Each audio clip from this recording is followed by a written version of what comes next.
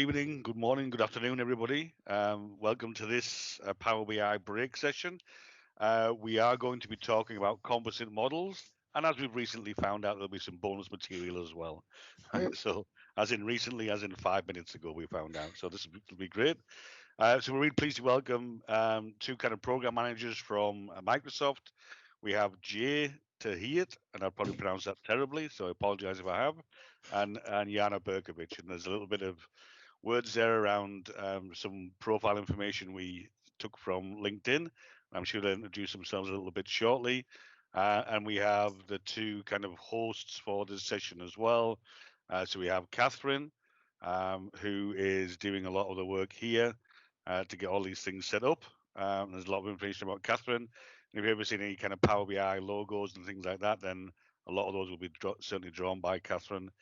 And she's been obviously involved in Power BI a lot and Power BI days and organizing the Power BI breaks and running them. And as myself, I don't have anything that exciting to say at the minute. So I'm based in Ireland. I'm a Power BI power user, probably not a developer. I'm not hands-on all the time, but I do from time to time. And I'm responsible for Power BI in our organization. We have around about 250 people creating content and around about 1,700 people who are consuming content. So what I will do is I'll stop presenting and I'll give control back to, I think Jay's starting first. Is that right? Okay. Yep. So you take it away, Jay. Thank you. Okay, let me just minimize my little team screen here, and then we're good to go. There we go. Okay, well, hey, good morning, good afternoon, good evening, wherever you are. Great to see so many of you here on the call. So many languages. Welkom Nederlanders, ook leuk. So I had to say some Dutch here because I recognized a lot of the Dutch names.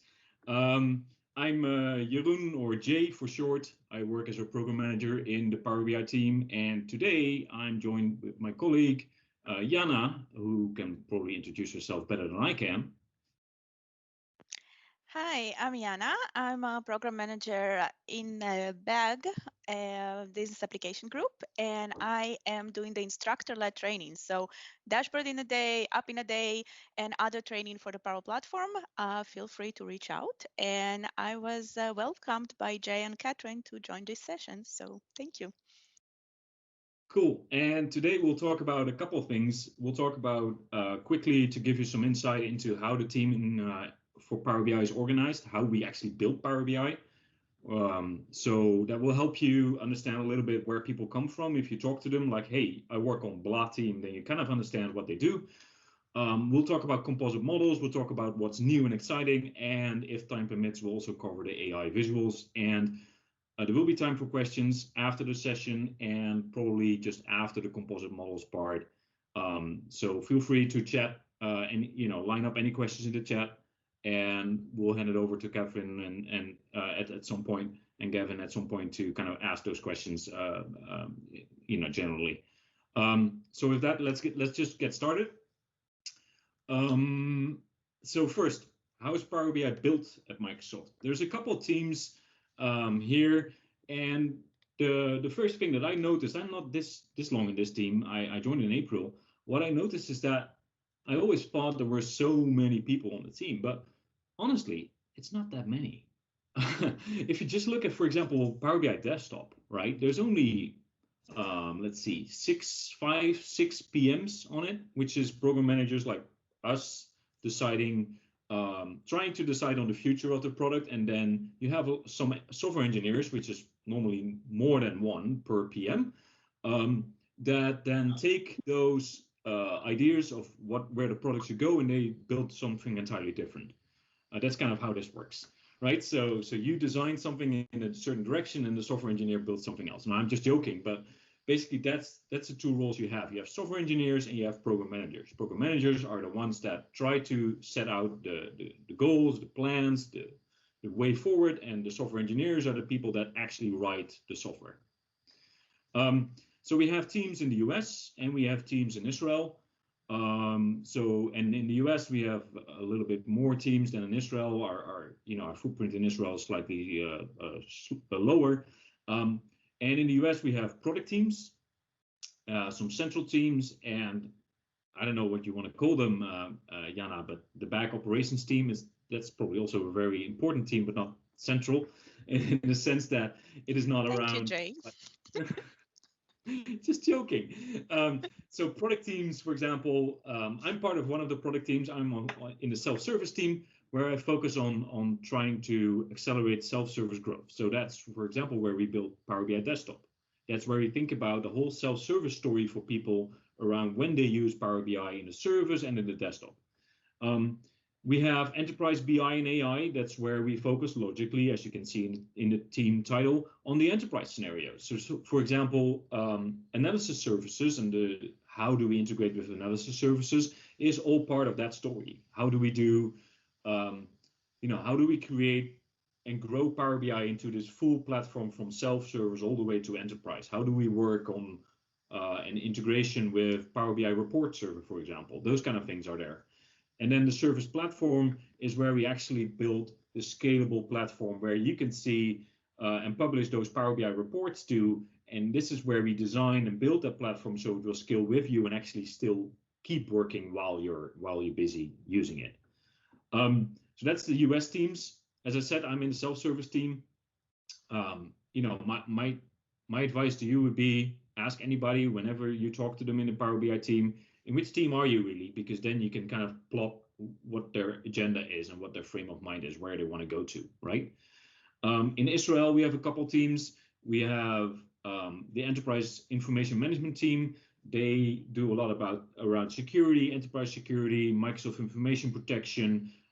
In the service, they do, for example, the lineage view that you might recognize from the service, the impact analysis, those kind of things are developed there. Also, our developer team is there. So the ones that work on Power BI Embedded and the API layer that you can use as an external developer, the custom visuals that you can create for Power BI, all of that software to enable that scenario is built in Israel. And of course, mobile, which is I think the most popular mobile application in any app store for BI is Power BI Mobile. So that's great. It has the best reviews. That's all also built from Israel as well.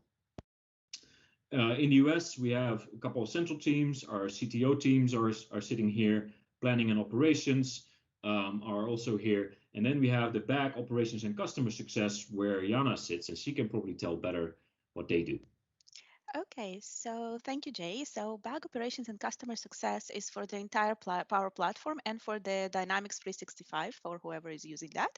And we are enabling and helping customers to achieve success with those products, especially in my field. What I am focused on is content, instructor-led training.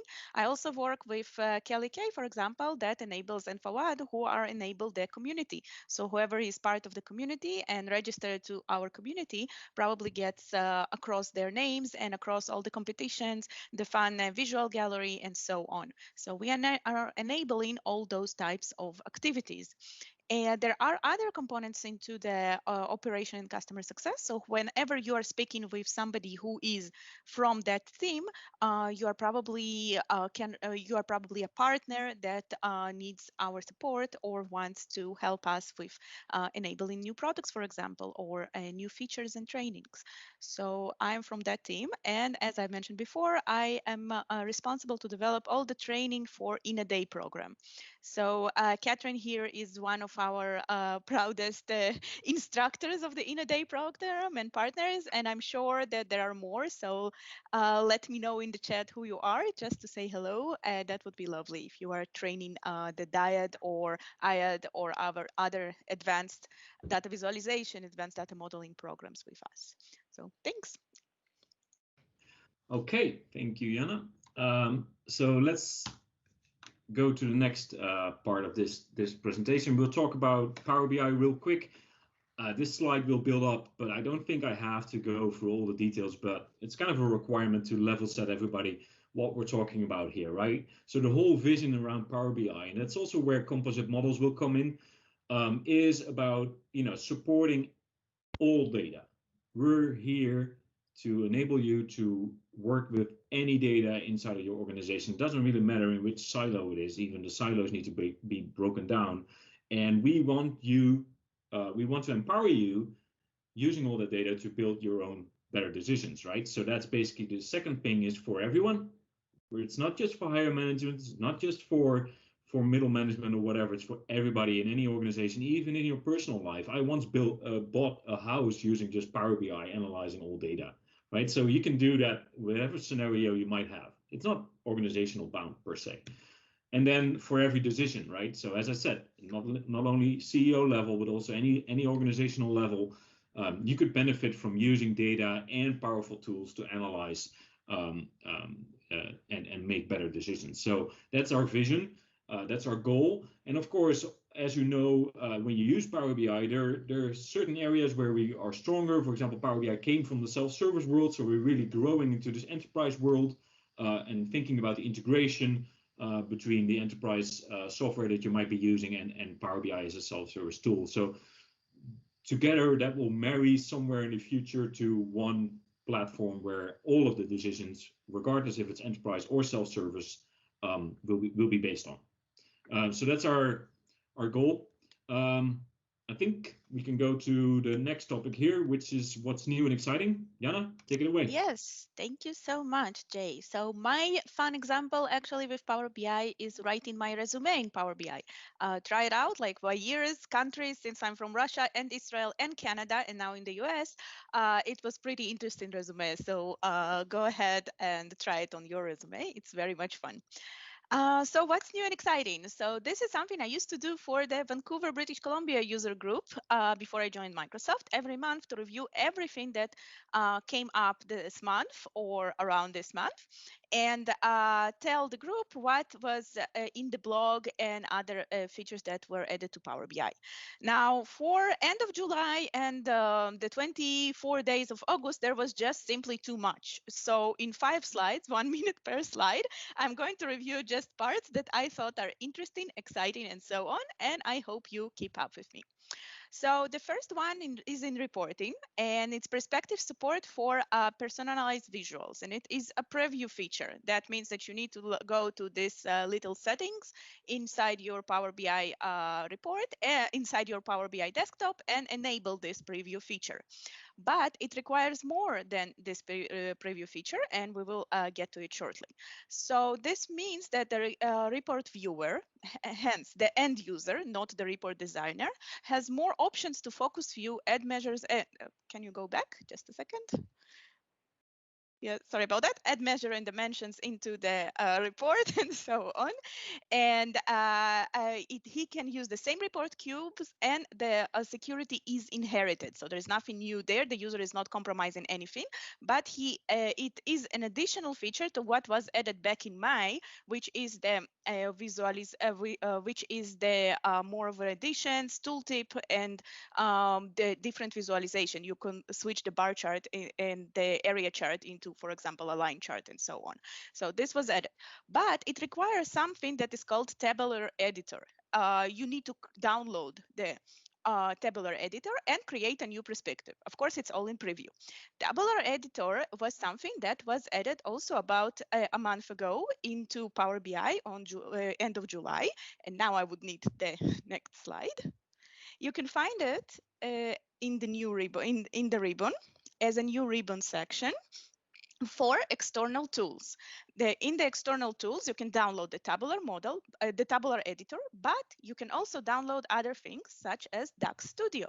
Most of you are already familiar with DAX Studio, to a complete tool for DAX authoring. So whoever is writing DAX probably is using DAX Studio to diagnose and to write his DAX properly, especially on complex DAX.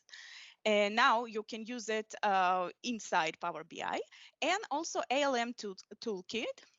which is basically comparing data sets and helping you with performance and with other advanced analytics that you can do on your data set inside your Power BI. So let's get back to Tabular Editor, not getting back to another slide, just in the same slide. You can see the first window is the screenshot of the Tabular Editor. It enables the BI professionals to easily build, maintain, and manage tabular models. What does it mean? You have got all your tables in there in Power BI, but you can also create something that is called perspective. A perspective will basically make sure that certain fields from your table, measures, dimensions, can be viewed by end user as well and added to the visuals. So this is after you are saving this perspective inside your tabular model and exiting the tabular model. In your visualization page, you will be able to enable this feature. It will automatically appear for the ones who downloaded, of course, the preview and enable the preview, and you can play with it all along. So this is a wonderful feature that I would recommend to try and preview. However, try it at your own. It's written everywhere that you can try it at your own risk because it is still in a preview mode. So next slide, please. Okay, this one is a rectangular lasso selector for data points. Now, this has a very, very cool name, but eventually, and I'm talking about not the animation, but the graph above, eventually what happens is that you can select several data points. Before that, a few months ago, we added the ability to select several visualization in order to easily copy and paste them and so on, after it was a feature that was requested quite a lot in our Power BI ideas site. Now we can also select a few data points. As you can see from the line, from both of the line charts, a few dots were selected. So you can see a couple of the blue and the purple dots that are appearing, while the rest are not appearing in there. So this was also selected, and you just hold the control key and with your mouse drag and select the area dots that you wish to work with. Dynamic formatting support for more visuals. As you can see, there are more dynamic formatting supports for all the visuals. I'm not going to read all of them, but what I would recommend is please download the Power BI desktop for August and see what else you can do and evaluate which type of reports inside your organization it's time to upgrade or to give a new and glitzy look. So next slide. This one, this one is for Dynamics and CRM, and it's Agile Analysis for Dynamics 365. Before I say a few words about this visual, I would like to emphasize the orange cloud that floats on top. Download new data gateway this month. Not every month we have a new data gateway, just like not every month we have a new paginated report version, but this month we do. So please go and download. It is important to your organization, and you will probably need to synchronize several things down there. So download the Power BI Gateway. The Dynamics world and the Power Apps and the Power Apps world and the Power BI world are a bit separate, but this is one more way to come to make them together through this specific template. What does it mean? That it easily connects to Dynamics 365, and with this template, you already got those reports, including the composition tree, for example. That's an AI component that we may or may not review today, that is part of the template. How does it work? You download the template, you connect it to your Dynamics 365, and you publish it to your Power BI. So basically, as long as you are the admin, there should not be any problems with that. There are 3 new data connectivities and 6 new custom visuals, including a very beautiful pie chart, but I'm not going to display a pie chart because we all know what we think about pie charts, although those are 3D and very beautiful. And there are more map updates.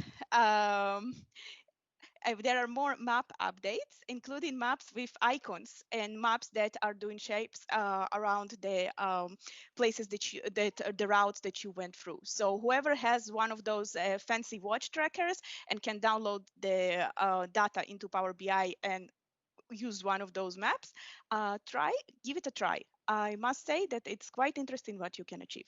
Jay, take it back. One more slide on mobile. Sorry about that, because I lost my another minute. So what's new and exciting in mobile? The Israeli team is basically working on mobile, and they did an amazing job. I lived in Israel for most of my life, so I'm proud. What happens is, first of all, there is a new share action that you can share your report with and your specific visual with your colleagues. And also there is an update for navigation. Another feature that was requested from Power BI ideas for quite some time is to have a navigation both in my workspace and into the app. So now you can see those are separate navigations, and there is a clear indication where are you, what is the current web app, what is the current section, and what is the page that you are on it. So thank you, Power BI mobile team. All right, now Jay, it's your turn. Thank you. Okay, let's get to composite models, and let's talk about what I like to think about is composite models, a tale of two kingdoms. So in essence, when you think about where composite models matter is where you need to bridge corporate data and business side of data, right? So you have your corporate data warehouse and the cubes and all the rules around that, which is tightly governed and strictly controlled. You're not allowed to do everything. You can just not download the whole thing and take it on a USB drive and share it around. There's rules. And then the other side, there's self-service analytics where you have your Excel sheet, where you have maybe a departmental database, where you might have an external source. And really, Composite Models is here to help you bridge those two worlds together. And we try to make that as easy as possible. Now, today, we already have composite models, right? We already have something that we call composite models. So let's look into what that is today. And then let's talk about what we want to improve on that situation, because there's still room for improvement, and we'll talk about that next. So really, composite models is the bridge between the IT and the self-service world, the enterprise and the self-service world. So today, if you use composite models, what you can do, you can basically mesh up any data from any source, regardless if it's import or direct query or live mode. Doesn't matter. You can just take all that data, mesh it together, and create new value, because you get more value if you add 1 and 1, because 1 and 1 equals 3. We all know that. So that's where the composite models come in. You mesh data together, you wrap it in a nice bowl, and you create something cool. That's awesome. And we also need it for aggregations, by the way. But it's there, right? Well, hold on. That's not entirely true, because there's many sources, and a couple in particular, where we cannot use composite models today, right? For example, if you use SAP HANA, SAP BW, if you use SQL Server Analysis Services, if you use Azure Analysis Services, or if you want to try to get data from a Power BI data set, there is no composite models. End of story. If you connect to any of these, you cannot add more data. You cannot say, I'm going to connect to SQL Server Analysis Services, which happens to be one of the most popular queuing technologies in enterprises, or Azure Analysis Services. I'm going to connect to that, and then I'll add an Excel sheet, and then mesh them up together, create some magic. No way. It's not going to happen. It's not there. It doesn't work. And that's a problem, because most enterprises use one of these, and the enterprise data is locked in one of these technologies, and then suddenly you got Power BI, so everything is great, and we told you that, you can do whatever. You can mesh up this and that, and you create magic. Well, no, because the data is in the enterprise tools, one of these that are on the list here, and once you connect to them, there's no way back. You cannot extend, you cannot add any more data. And that's why we want to improve on that situation. So let's talk about composite models tomorrow for given version of given value of tomorrow, because I'm not allowed to tell you the deadline when this will be available right now, because that's shifting every day. Literally, that's shifting every day. Like every week, there's another date where we want to go live with this. So I cannot even tell you. Even if I was allowed to, I couldn't tell you. So basically, what we want to do here is we want to improve over that situation. And the way we think about this is we think about two things in a Power BI world. We think about enterprise semantic models, which is the IT side of the data. This is where your data warehouse sits. This is where your cube sits, or your semantic layer around the data warehouse. and we think about the local model, which is in essence everything that you do inside of Power BI Desktop. And those two things are disconnected, right? IT has its own work stream and its own procedures. And if you're lucky, you get a report, maybe built-in report server, or if you're lucky, your Power BI report server, not in reporting services. And you have your Excel sheet and all the other stuff. But really what we want to enable is you to securely and following all the rules to connect to Enterprise Semantic Model, get the data that you need, and then still be able to do your Power BI magic on top of that. And that's a scenario we don't do today. And why not just only allow you to take data from the Enterprise Semantic Model and add something to it? But why wouldn't we just allow you to do that continuously and say, you know what, I'm going to mash up this Enterprise Semantic Model that somebody connected to, and they added some Excel sheet, and I'm just going to take that whole thing and then add my own to the top, like an extra cherry on the cake. And then somebody else might come in and say, that cakes look good, but I'm going to add some more sugar because I like it more sweet. So I'm just going to build and build and build. And that way, we're going to build magic together inside of your organization while still keeping track where the data came from, when the data was downloaded, what happened during the time that when the data was taken to when it was reported. So all of that needs to be accounted for. And that's in essence what we're trying to do for composite models. So if you look fast forward a couple days from now, how many days tomorrow we'll see. But in essence, we're going to extend the functionality of composite models, and we're going to say you can now also take data from SQL Server Analysis Services, Azure Analysis Services, and Power BI. So composite models today already exist. What we're going to do is we're going to add the functionality to connect to Azure Analysis Services, SQL Server Analysis Services, tabular models, and Power BI, and then still be able to add Excel sheets and whatever other data sources you might have. So not only do we talk about extending the data set, we'll also allow you to personalize the data set. And this is a situation, for example, where your data set might have been, the enterprise data set from IT might have been built in the US. And you know, I recently moved to the US, and it's still crazy that they write the month first and then the day and then the year, right? To any normal European being, it's like, what, seriously? How does this work, right? So your report viewers will get confused. So what if that data set is just stored that way, but you could override the formatting of the date because you know your viewers are all in Germany or in the Netherlands, so they expect day, month, year, right? So you could just override the formatting string in your report, while it will still take the data from the Enterprise Semantic Model, and only that change is applied to your local report. And that's what we call personalization. Okay? So those are the two things: adding more data, personalization, changing things. However, when Power BI when Power BI comes with composite models vNext or tomorrow, there will still be a couple limitations. SAP HANA, SAP BW are not in scope. So that situation will not change anytime soon. And SQL Server Analysis Services multidimensional. So if you're using SQL Server Analysis Services multidimensional mode, UDM with NDX, it's also not supported. So if you use SQL Server Analysis Services Tabular, Power BI Dataset, and Azure Analysis Services, any of these, you can, using this version, extend and personalize your data. So let's look at a quick example here. A report. This is a report that is connected to Azure Analysis Services.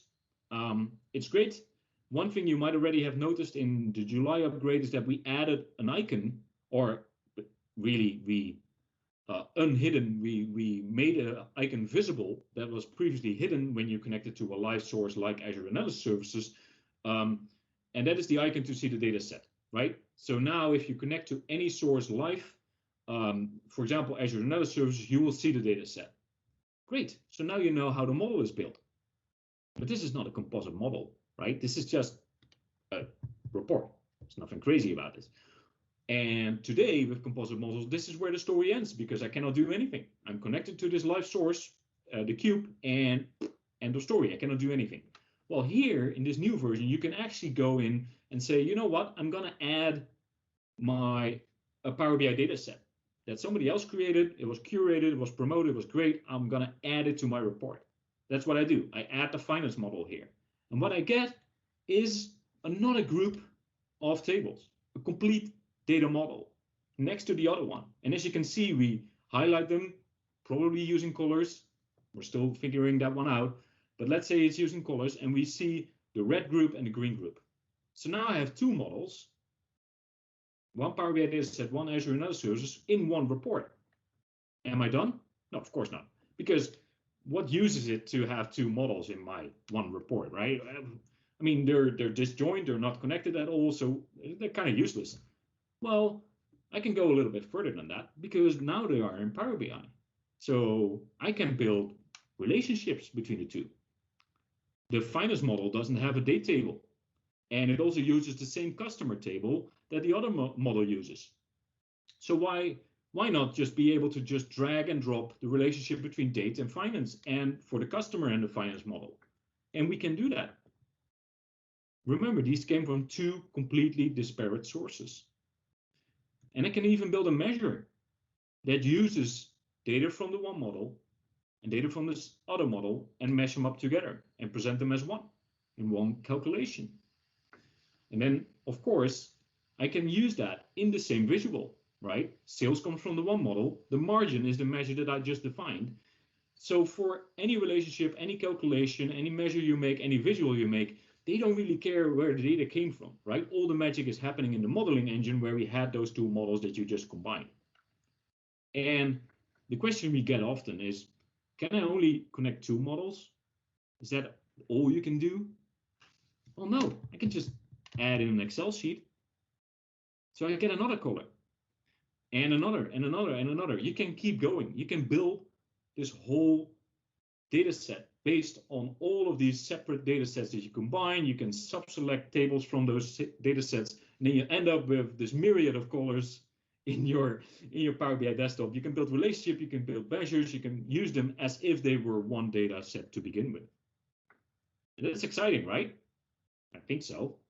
And then you can basically keep extending your data set with that. So let's look at how this actually works. Because there's one important thing here to remember, is when you're connected live to AS, to Azure Analysis Services, or any live source, there's no data model in Power BI, right? We only point you to the source. We only are the visual layer. So we need to do something the moment you connect to more data. So I'll explain what that is in a couple slides here. First, simple example. I'm going to use Power BI Desktop, and I'm connecting to my enterprise semantic model, which is in Azure Analysis Services in this case. I'm going to build my report, create some visuals, and I'm going to publish it. I'm not using composite models here. What I'm getting, a new report that just points to the Azure Analysis Services cube, right? This is something you know. This is not exciting. This is not new. Now, with composite models tomorrow, I could actually do the same thing and then say, I want to change something. I want to add a column. I want to add a calculated column. I want to add a measure. I want to rename a column. That will happen, and those changes will be persisted locally in your data model. They will not be pushed up to the central model because you probably, and you should not, have write access there. You only have read access to the central model, so we will not push up the changes there. No, we will make the changes only locally in your Power BI desktop model. That is not the whole data set, by the way. It's not the 10 terabyte data from your cube, right? Remember, we're connected to the semantic model live, which means the data sits in the central model. We only get the metadata inside of Power BI now. And any changes you make are applied there. And then you publish. What you end up with is a new report, the data model with the changes, which points then to the semantic model. And to make this a little more interesting, I could even go as far as say, you know what? While I'm connecting, I'm also importing some data from Excel. Mesh it up, publish. What I get is a new report, 1, a data set, 2, and the data set is interesting because it, A, has the metadata of the semantic model. 2, it points to the semantic model, but it also contains all of the data from the Excel sheet because that's the one you imported, right? So you can see how this evolves into a composite, really hybrid scenario where you get live connected sources that point to something that don't have any data actually in your data set. You get import where the data is in the data set. You get all the relationships, the measures, the customizations that you make. All of that can then be used. And if I do that, if I publish this data set that's now on the screen, right? One that connects to our enterprise semantic model and adds an Excel sheet. And then Yana sees that and says, you know what, that's great, but I'm really missing this one CSV. I don't know why this guy, Jay, just missed that one. That's stupid. So what she can do is she can take, yeah, exactly, it happens, right? She can take that data set because it's just a Power BI data set. And then she can take that into her Power BI desktop, add that CSV, and then republish it. Effectively, what we think she's doing now, she's chaining from my data set. So in essence, there's now a chain where I started with the composite model, right? I took the data, I added Excel, I published, Yana came by, she said, yeah, it's almost there. I need something. So she takes the data, adds the CSV, and publishes it back. So you get a whole chain of how data goes through your organization. And that's important because that will allow you to build on top of the work of others while still keeping track of what happened and where the data came from. So lineage view, impact analysis, right? Where did my data did my data come from, and who's dependent on me is important here. So we're also working on making sure that at any point in time, when I make changes to my original model, I know that Yana actually took mine, made some changes, and republished it. So when I make some changes, I need to be aware that she is dependent on my data set. And maybe I'm dependent on another data set as well. So that person needs to know that I'm dependent on them, right? So all of that will be visual. And you can see, oh, I took my data from here, it went to my data set, and then somebody else is dependent on me, and that is where the report that the CFO is dependent on, right? So all of that will be part of composite models. Okay, so let's see if we, because that's the end of the slides that I had for composite models. So let's see, can we maybe pause for 5 minutes for some questions, Yana, while we switch screens? I think that we have a few questions that are very important here about the RLS model, about the SQL and other things. Catherine, in 5 minutes, I won't be able to cover the AI visuals that I've planned.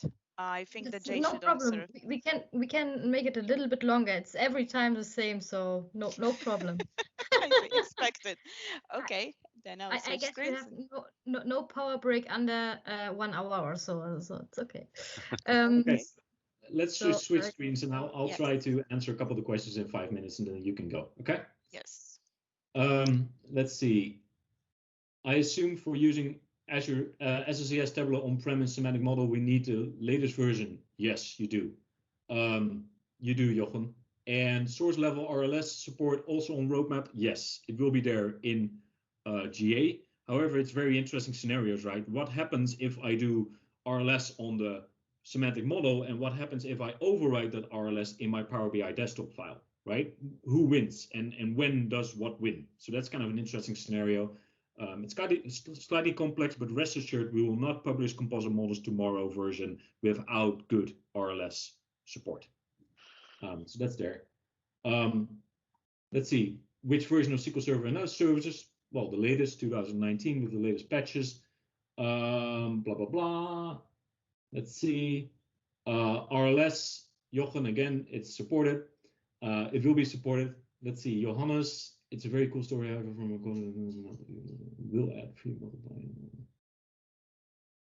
Yes, so that's an interesting point Johannes brings up here, is basically the way I read it is you get a lot of sprawl of models, right? Everybody will start building their own models. Yes, that's true. So there's a couple of things we can do here. A, you can set up specific permissions to be able to create a composite model and publish it back, right? So if you want, you could say you're only allowed to publish a composite model back to the service if you have the special permission.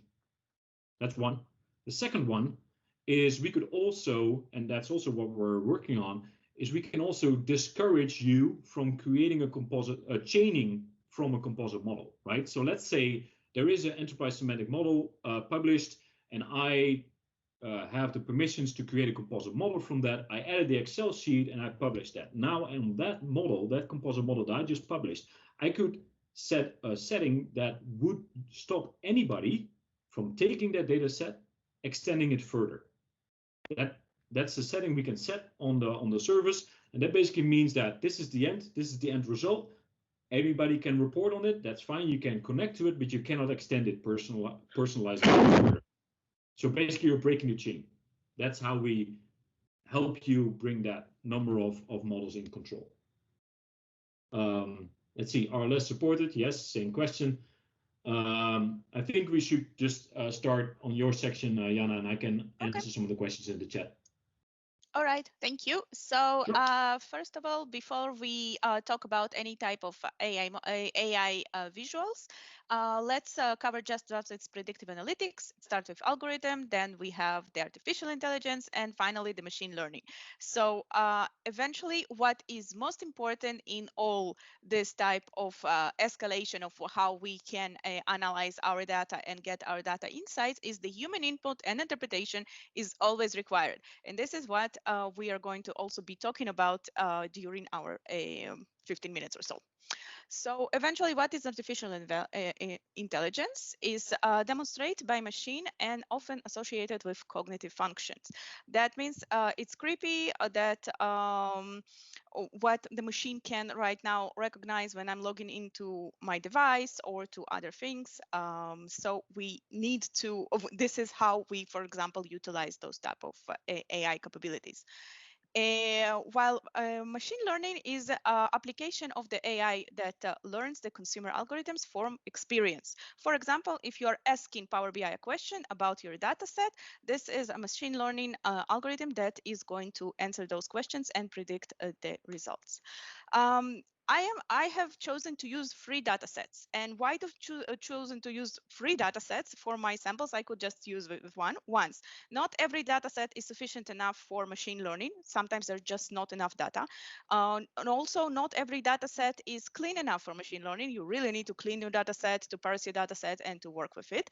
And also to examine that there are several ways you can actually take a data set from. So you can from a Kaggle, which is a data competition site, and all the data sets there are free.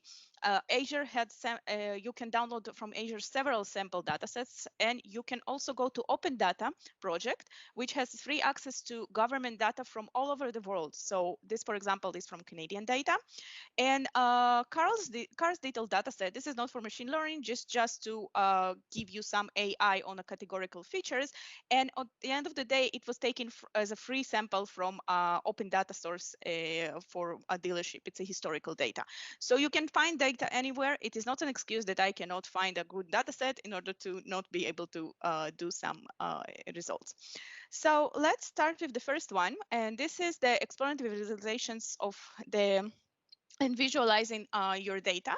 And this is the quick insight. So quick insight, the best way to do it is when you already have your data set inside the Power BI service, you can press for quick insights and get a lot of quick insights that are automated for the dataset.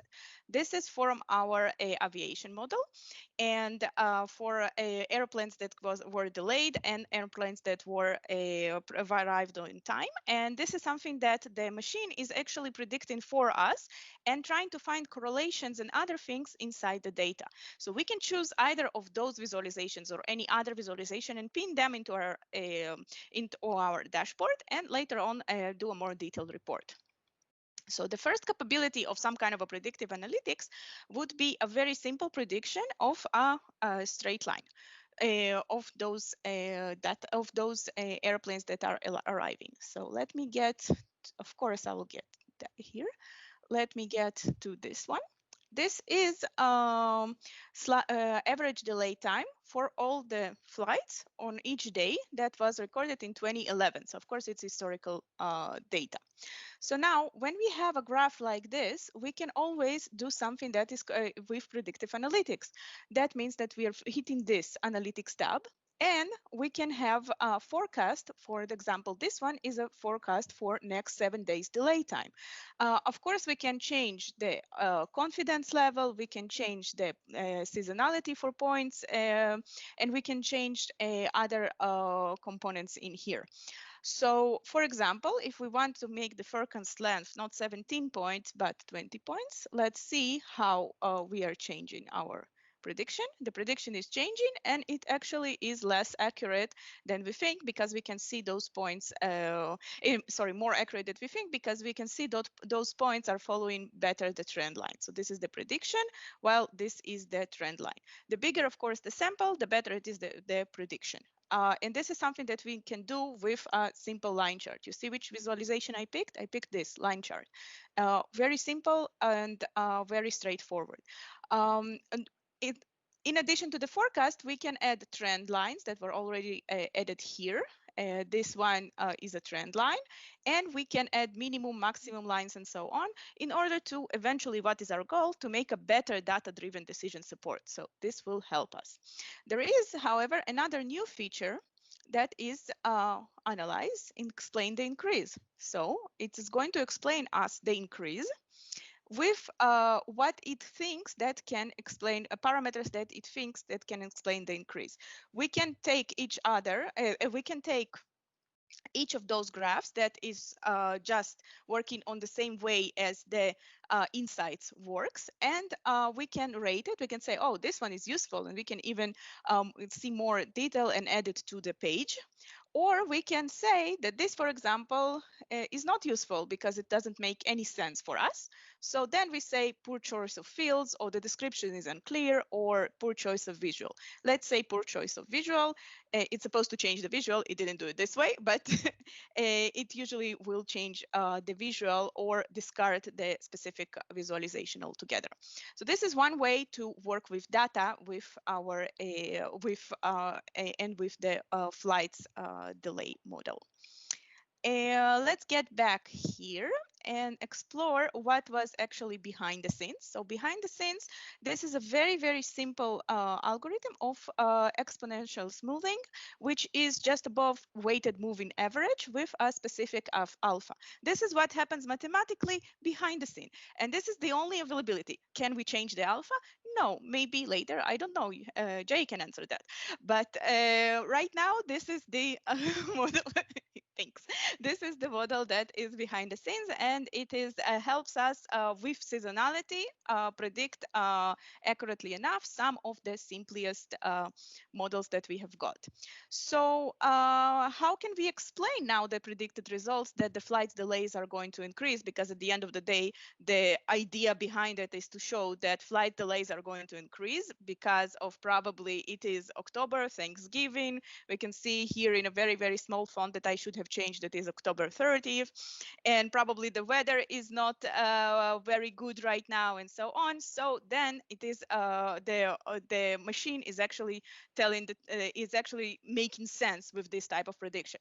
But there are other types of prediction that I've seen that it doesn't make any sense. And this is exactly where we're getting back to the first idea.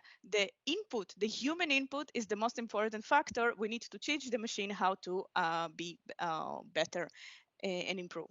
Now, the next step is to design our own prediction analytics on this or any other type of data. So what we are able to do, and the first step is to choose the model type. We can do a binary prediction, general classification, regression, and forecasting, and there are others that are probably going to come along. And with that, this is something that we're doing on the server, on the service. Sorry, we are not. This is no longer the desktop side. And for some of those ability, you will require premium capacity. So if you have the premium capacity features, please do train your model and try it out how it works. It's kind of similar if you worked with the AI builder in Power Apps. It's kind of on the same similar, but in Power Apps you've got the visual design, visual and the word recognition, which is a bit different. So whoever remembers my Goose model, this was the one. AI visual Q&A. This is answer a natural languages question. Suggest possible question and also possible answers, suggestive and spell check, can be trained and improved. And first of all, it's synonyms. Whenever you have those unrecognizable words for table names or for column names, so you can train them all and add those type of synonyms, suggest questions, review the questions, and eventually teach the Q&A. So those are two types of visuals that I've designed from the Q&A session, and those are suggested questions on our second data set, which is the data set that is discussing the injuries. It's not a very optimistic one, but perhaps is a little relevant for Corona times. So let's go, and I hope that I will open the right window. And there we go, but there we go here. So for this specific visual, I have designed several questions. All data, human factor, event type, cluster 2, event type. This is not a very human language question, right? But how did I do that? Power BI basically suggested to me what I might mean by adding it from the table, from the data that I have got available for myself. So this one is better, count incident number by event dateline. So this one is much better, and we can of course see the trend line. When were the most events? There were around I guess April. For some reason, this is the time that were most events recorded.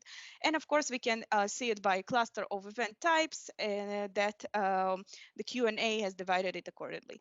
So of course there are also simple questions such as sum of incident number. So we can ask the same question like count events, event dates, and we know that this is 671 dates are inside this data set.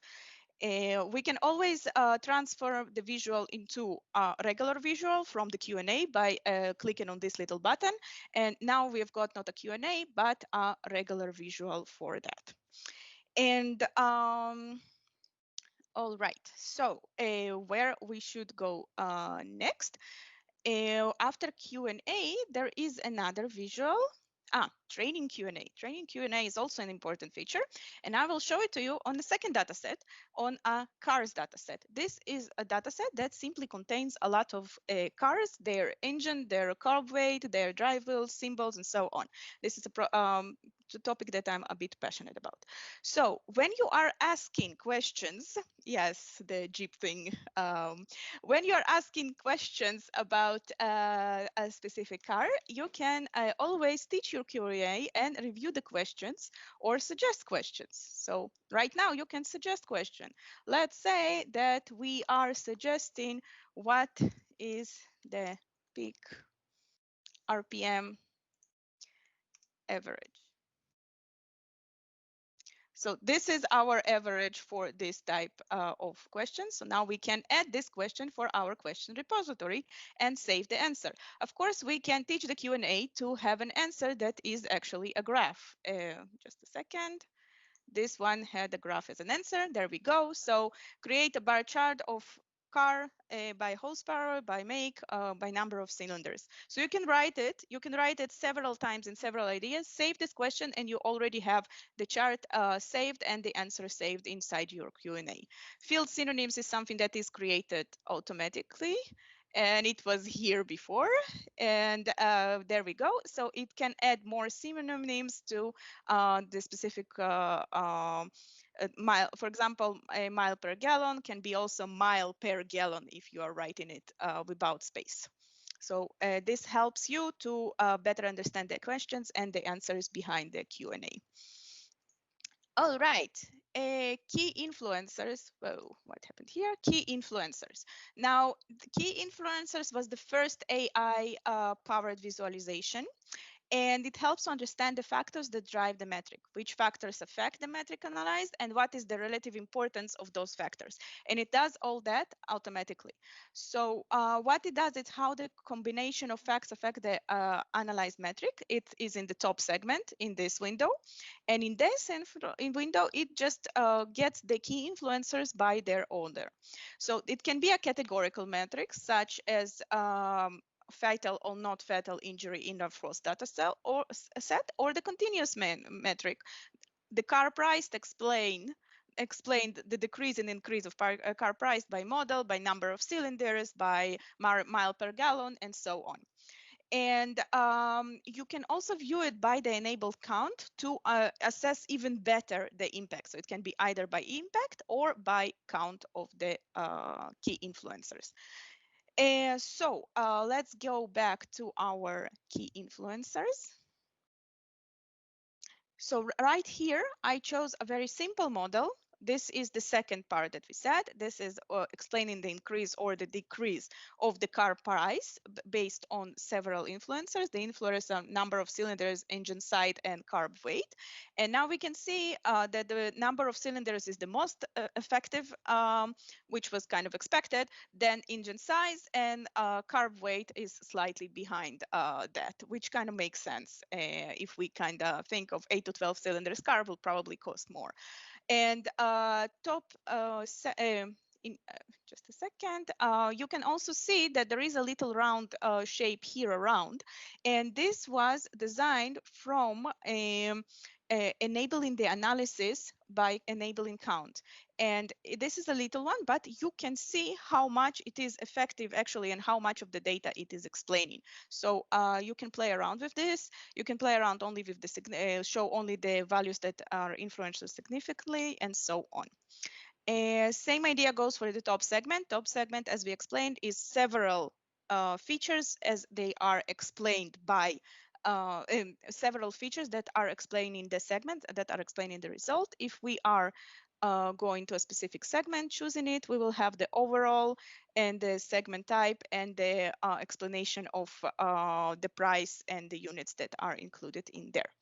If we're going to our first data set, the key influencers on the injuries. This is a more interesting one because there is more of the injuries, and this is the categorical one. Now we are not analyzing the increase or decrease in the price, but it's a yes/no question. If the injuries, it's analyzing the fatal and non-fatal injuries there. So we can see again the same idea behind the curve, and we can now see they only show values that are influencers, that it kind of narrows only to the values that are really there is a correlation and there are the most influential values around that. It does all of it automatically, and you basically don't need to do anything. As you see, the values here and the influence are more, the data is more dispersed here because the count is much smaller than it was with the cars, as was explained. So give it a try, understand the insight behind your data. This is exactly where you need to when you need to familiarize yourself with the data set and understand if there are more or less data in a specific segment, what does it mean for you and your business questions. For the decomposition tree, I'm not going to open my presentation. I'm just going to go through the decomposition tree for the first data set about the injuries. We have got, I'm counting the degree of injuries, the number of injuries by degree. So I have the type of injury. It's not a very positive data set, I told you. The event type, the human factor, and the body part. How did I even create this?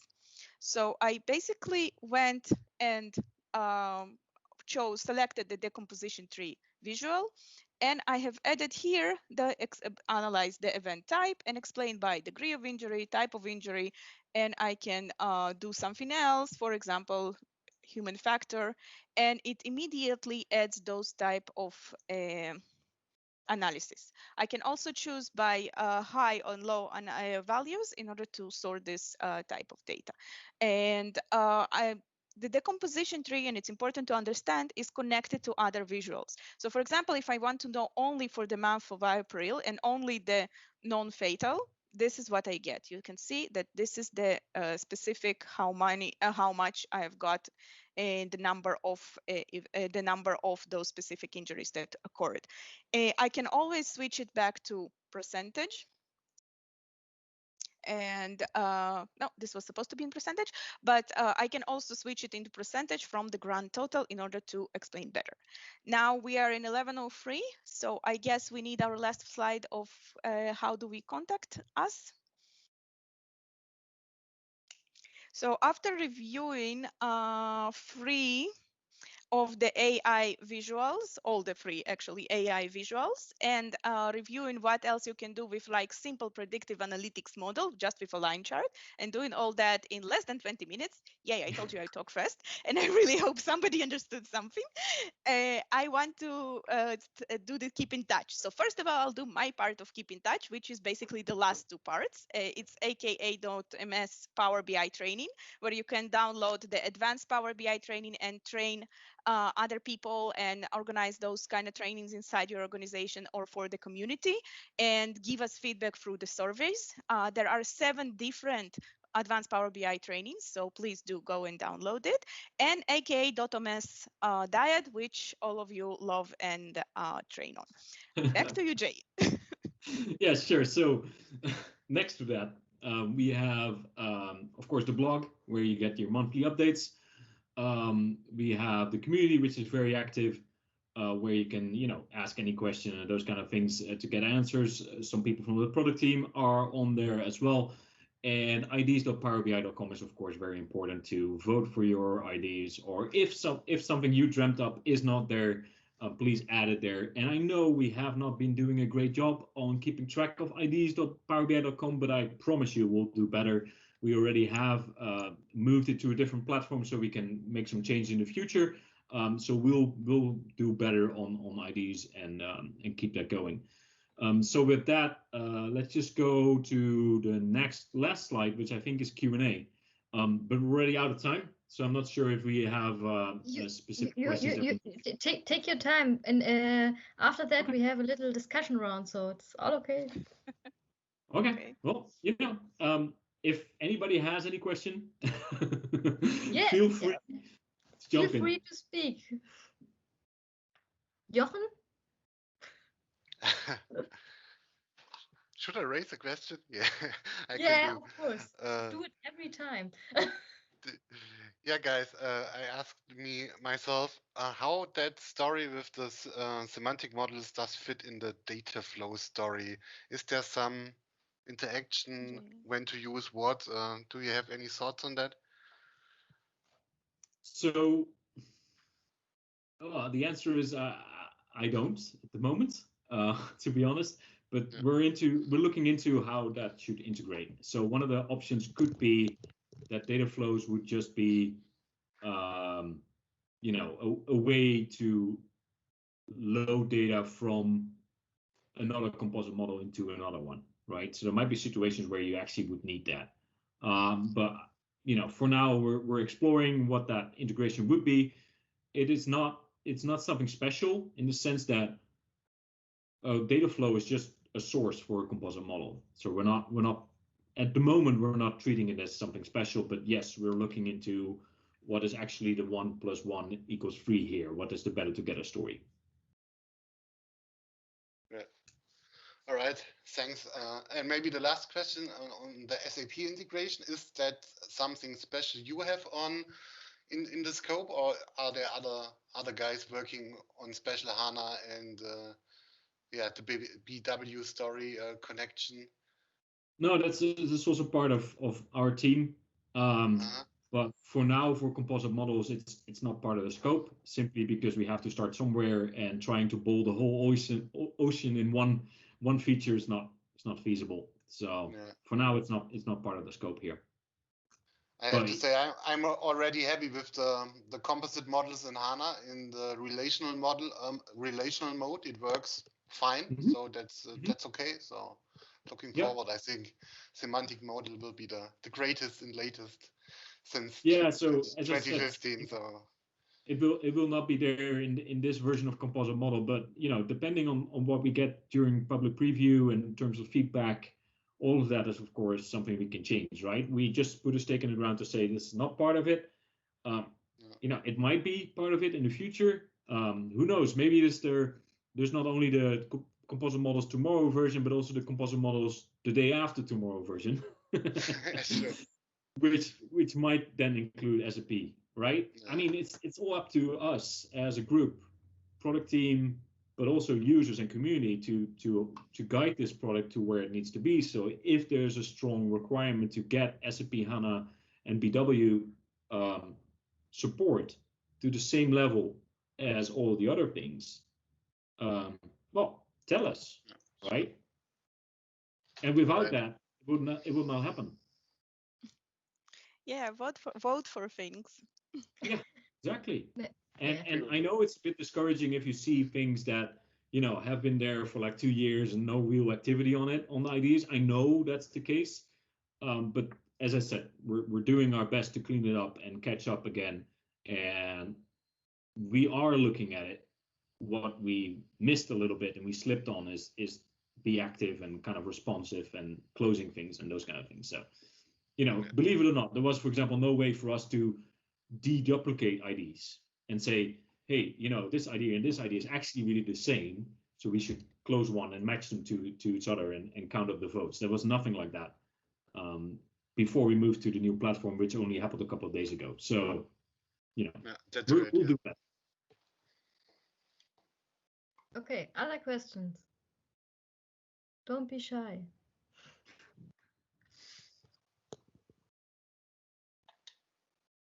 Okay, no questions. Then I will stop the recording.